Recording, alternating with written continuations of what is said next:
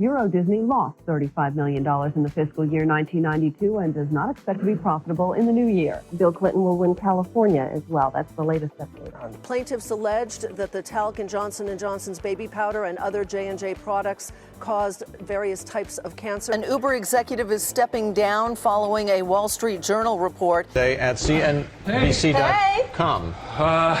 Excuse me. Pardon? Yes. We're on live television here. Oh, is it live? Well, this just in. GE is bankrupt. I don't know if you heard that. Sue Herera. How are you? Good morning, everyone. My name is Hanna Olivas. I am super excited today because we have a phenomenal powerhouse woman with us today. I am so happy to introduce Sue Herera. She is an award-winning journalist and one of the founders of CNBC, the world's leading business news network. Sue has traveled the world covering pressing global stories of the day. She has over 35 years of journalism with CNBC and just recently stepped back from her role in terms of full-time of CNBC, and she is now an anchor at large. So welcome, Sue. I'm so excited that you're here today with me. Let's talk. I am thrilled. It is so great to be with you as well, Hanna. Thank you so much for inviting me. Well, thank you for making the time. It truly is an honor. So what I want to talk to you about today is, you left as a full-time journalist, correct? In 2021. What made you decide to do that? I had been a founding member of CNBC. I had done basically almost every story under the sun, both business as well as breaking news. And I had done documentaries. And at this point, my twin daughters were getting ready to go to college. And my son was about to become a senior in high school. And I just felt that the news business was changing dramatically. I wasn't sure that I wanted to cover politics again because that was pretty grueling the last time around. And I felt like I needed a little time to devote more time to my kids, to their college journey, and to really think about what I wanted to do next. It was a very hard decision. I love CNBC. I still go into CNBC. I'm still part of the CNBC family, but it gave me room to breathe. It was a pretty grueling schedule. I was doing a newscast every hour on the half hour, including writing and editing part of it. I was also doing all the breaking news. And we got to the point where the management hired Shepard Smith, so he took over some of the breaking news, and he has a show in the evening on the network. And I thought, you know what, maybe this is a good pivot point for me. Mm-hmm. But it was scary. It was a very hard decision. My husband was like, "You're what? What do you mean?" I said, I think I'm done. He goes, "The kids are going to college. You can't be done." And I said, "No, I think there's other things out there that I should be doing." And he's been nothing but supportive for our 36 years of marriage. And, he said, okay. And it's kind of the best of both worlds because I'm part of CNBC and I can go back in and I do go back in and I do stories, but I have the space to look at other things. And one of the things I want to do is help promote women in business, and I have the time to do it. I really didn't have any breathing room when I was on that schedule. So you've taken this incredible step. You stepped out in faith. I always say faith over fear, not really knowing what to expect, but you did it. So you're like this brave rock star who I don't know. who steps into the unknown. And now you're like you said, you could breathe. So now, it's you're starting this whole new journey. And I love that. That's one of my favorite things about life is that nothing has to stay the same. And we honestly can choose what we want to choose. So what is one thing right now that you absolutely love about life that you're just enjoying? I'm enjoying the opportunity to not be on deadline and to be able to open up to whatever comes my way. It's an amazing type of freedom that I've honestly never had. The broadcast business is very demanding. It's a lot like medicine. It's a jealous mistress. It lets nothing else into its life. You're basically on call all the time because CNBC does breaking news as well as regular news. And so, your phone is by the bedstand. And when it starts vibrating in the middle of the night, that only happens, and it's never good when it happens. And so you never kind of completely relax. And I am very much enjoying some breathing space. That's what I love about life right now. What I don't love is I don't get my hair blown out every day, and somebody else, I can't put my own eyelashes on. That's, I mean, it sounds funny, but when you get into this routine, right? I had to be in the studio at between 8:30 and 9 a.m. I had to be out of the makeup chair by 9:22 to be in the anchor chair by 9:32. That kind of scheduling, and you had to, it's a visual medium. So your hair had to be done, your makeup had to be done, God forbid you're having a bad hair day there, you can tell because the makeup people are standing off set going, I don't know. I just don't know.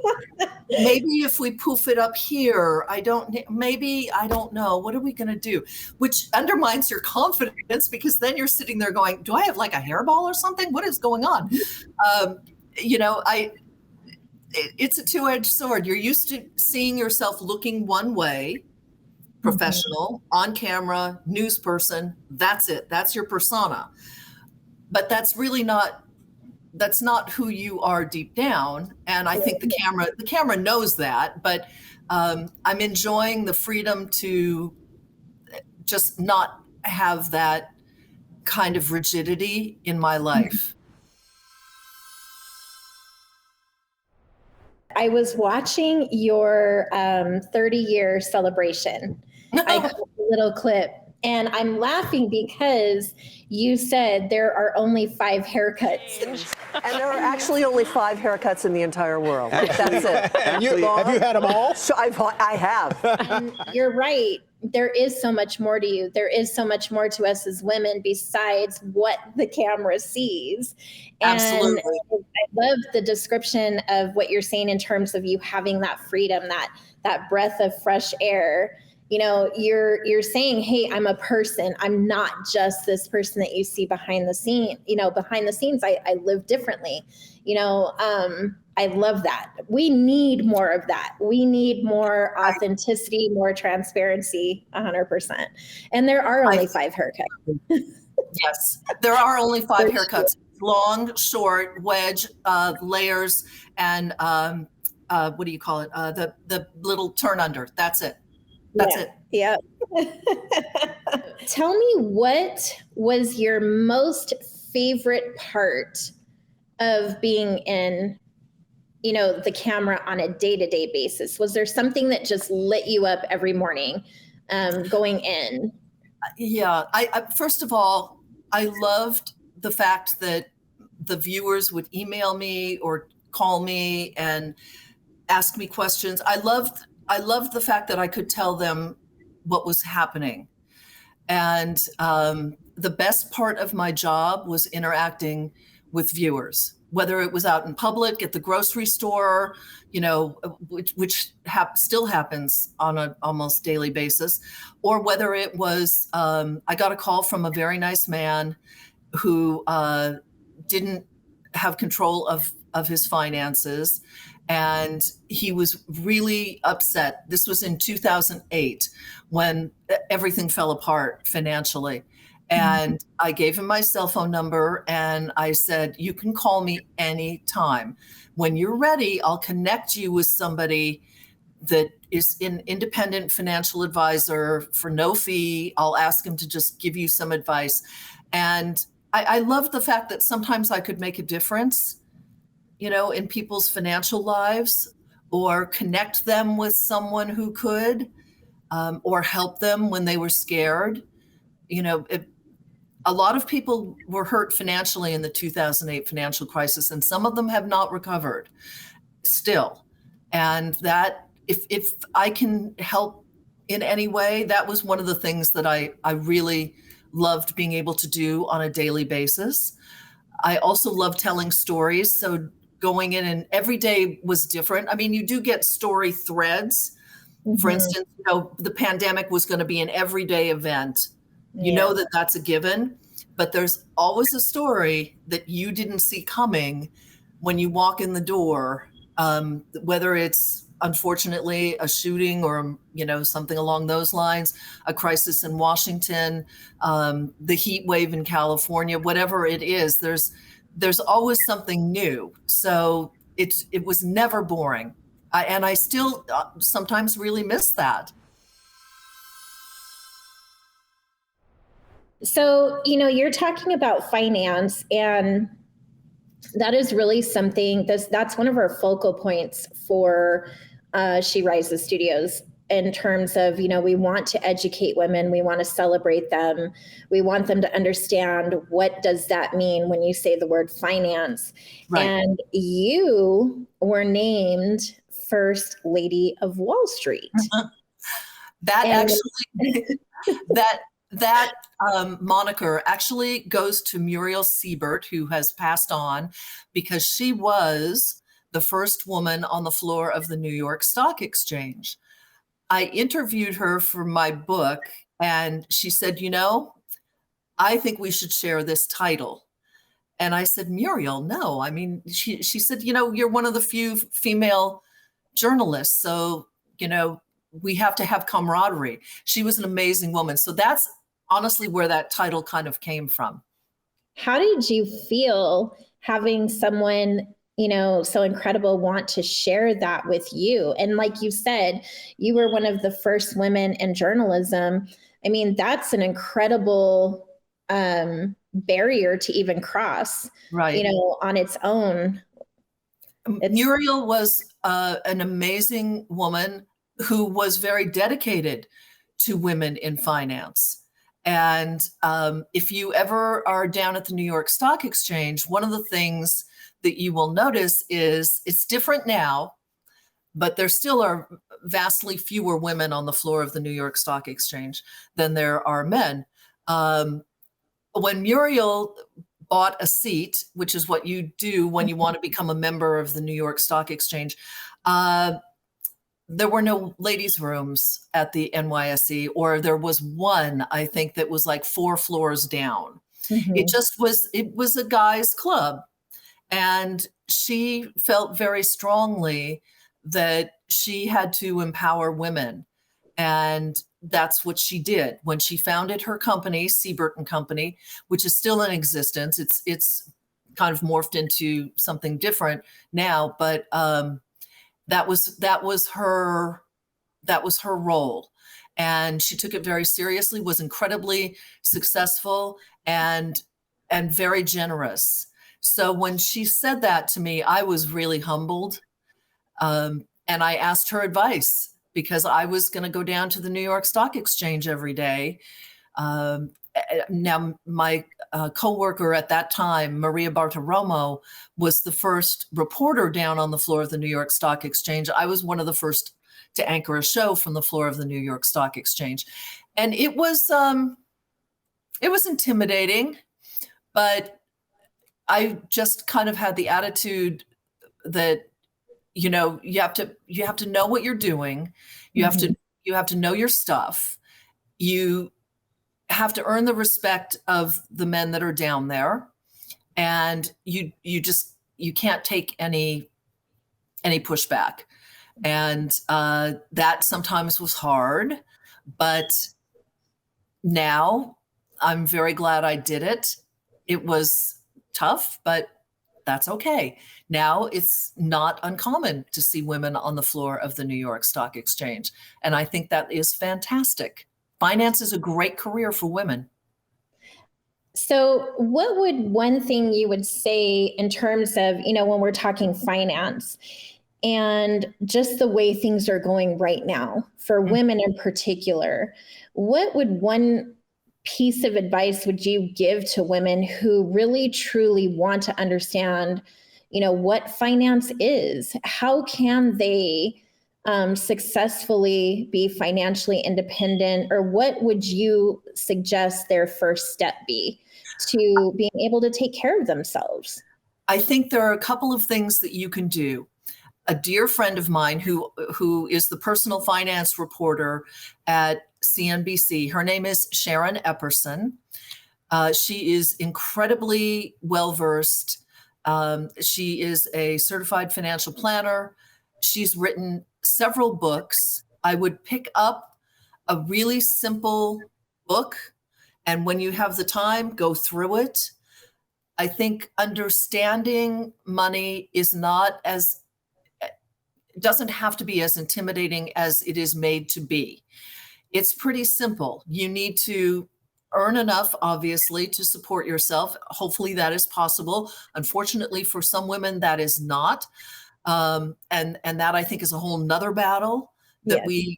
we have to talk about. But if you do have a career, if you are able to put some money away for yourself, make sure you do that. If you are working for a company that has what's called a 401k, a retirement savings plan, make sure you contribute to that if you can. And the company has what's called a matching plan. Put enough money in so that the company then matches your contribution, because it's basically free money. It's basically doubling your money. So if you can do that consistently, and this is what I tell my daughters too. I said, when you're looking for a job, here are some things you want to look for. Benefits, 401k, pensions. Most companies don't do pensions anymore, but those basics will give you a little bit of a financial cushion. But get to know the terms, and Sharon's books are excellent for that. She's really easy to understand. She's very approachable. She writes in that way, so it's an easy read. And just keep that by your bedside, and when you get a chance, read a chapter. Start, looking at the stock market, if you want to go that route, but many women don't, many men don't. The market is difficult. So, try and give yourself a little bit of a financial cushion through knowledge and through savings. What is something that you mentioned, with your daughters going to college? Right. The college student who just is, they're ready to go to college, they're gung-ho, and on their mind is all, I'm leaving parents, I'm going to conquer the world.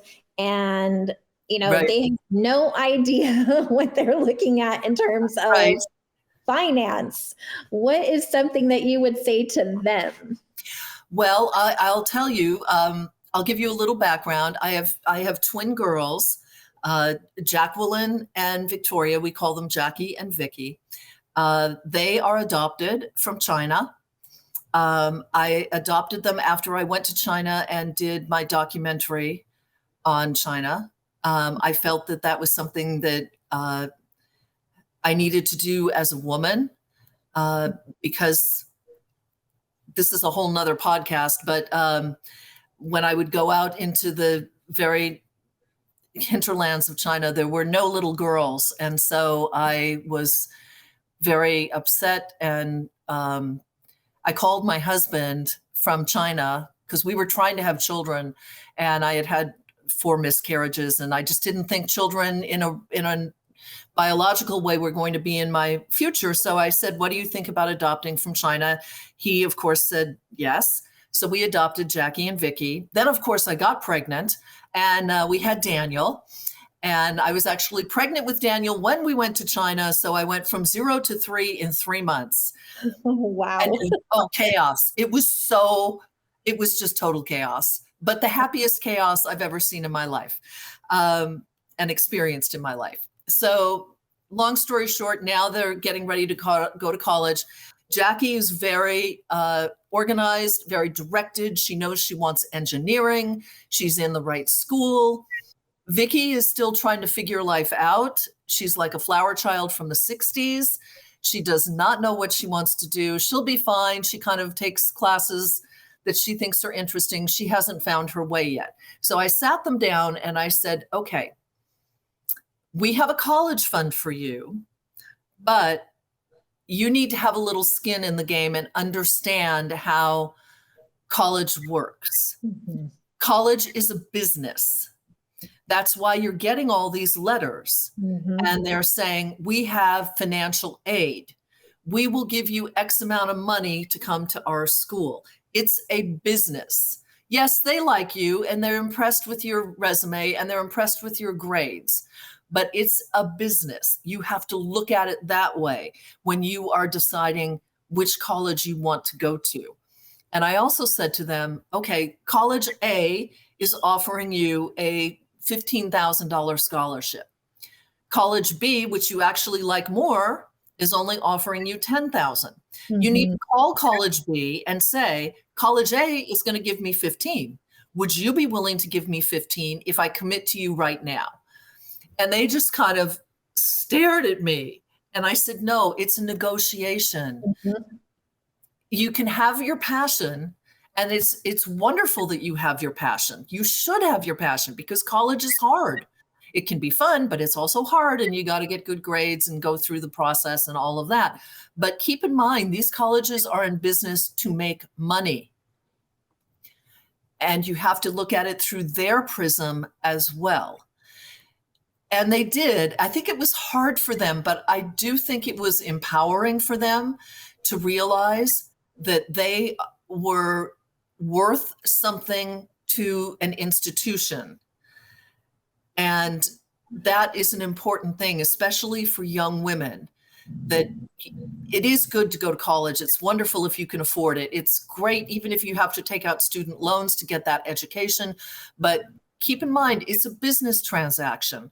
So I tried to kind of let them in on that aspect of it. And it's worked pretty well. We also got them savings accounts and checking accounts when they were in high school. And they had to, figure that all out with our help, obviously. When I send them to the grocery store, I give them a list and I give them a budget and they had to figure that out. So I did it slowly, mm-hmm. but I started little savings accounts and things like that when they were in grade school. I think it was 7th grade. And then in high school, we went to our community bank and we got them a high school checking account. And now Jackie has her own, credit report and Vicky has her own credit report. They did take out a small student loan, not because they had to, but because I said to them, that is one way for you to build credit. So I said, take out a couple $1,000s in a loan, knowing that I could pay it if they couldn't. But right. It was the whole process of having to go through paying the interest, applying, establishing a credit history. So I tried doing things like that, not all at once, but it's worked so far. I mean, wow, you are one incredible mama. I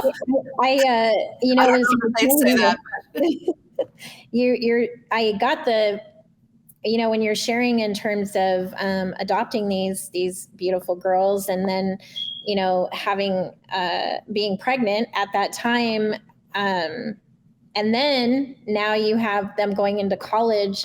Right. What a journey that, like you said, that's a whole nother podcast. Yes. What an incredible example of what can be done, what the possibilities are. And again, you staying brave and empowered. I mean, the message is clear to everyone who's listening.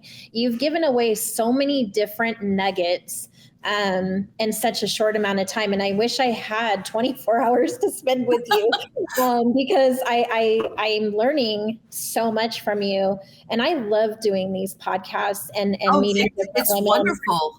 I've been listening to the ones that you've done. They're fantastic. Thank you. It's incredible. You are a leader. And so many women look to you for answers, for inspiration, for guidance. And that's a very important role that you have taken on willingly and unwillingly, because you became a public person. And that is hard. So I want to ask you, as we wind this podcast down, and I really hope that I get to talk to you again. I do. I would love to do it. I'm going to just put that out there in the universe. But what is something that nobody knows about you?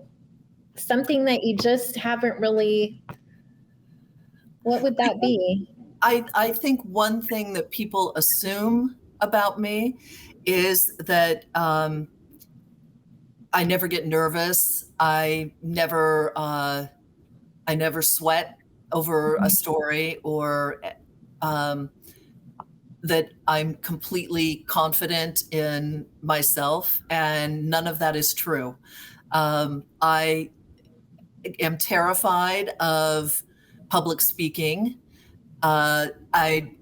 It's difficult for me because think about it. I am in front of a camera in the same space every single day with the same people, wonderful people, every single day.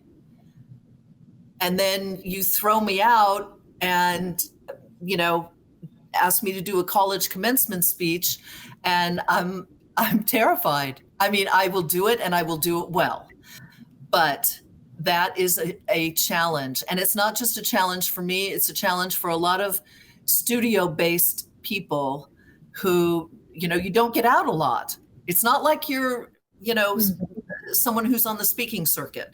I am now, but I got to tell you, I go over those speeches like a gazillion times, and I'm still nervous when I get up there. And I think most people assume that I'm not, but oh yes, I am. Thank you so much for sharing that, because we are human, period. And right. We all have fears, and public speaking is a different arena than being in front of a camera. You're not hiding behind the camera, so to speak. There's no filters. Right.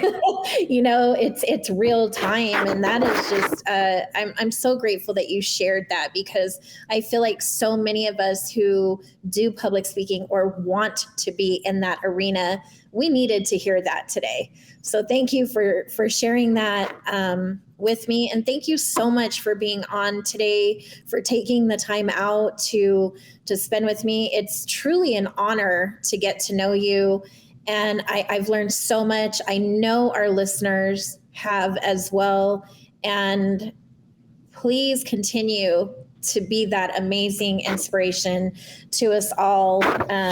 We need that, especially right now. And thank you for joining me, Sue. It's truly an honor.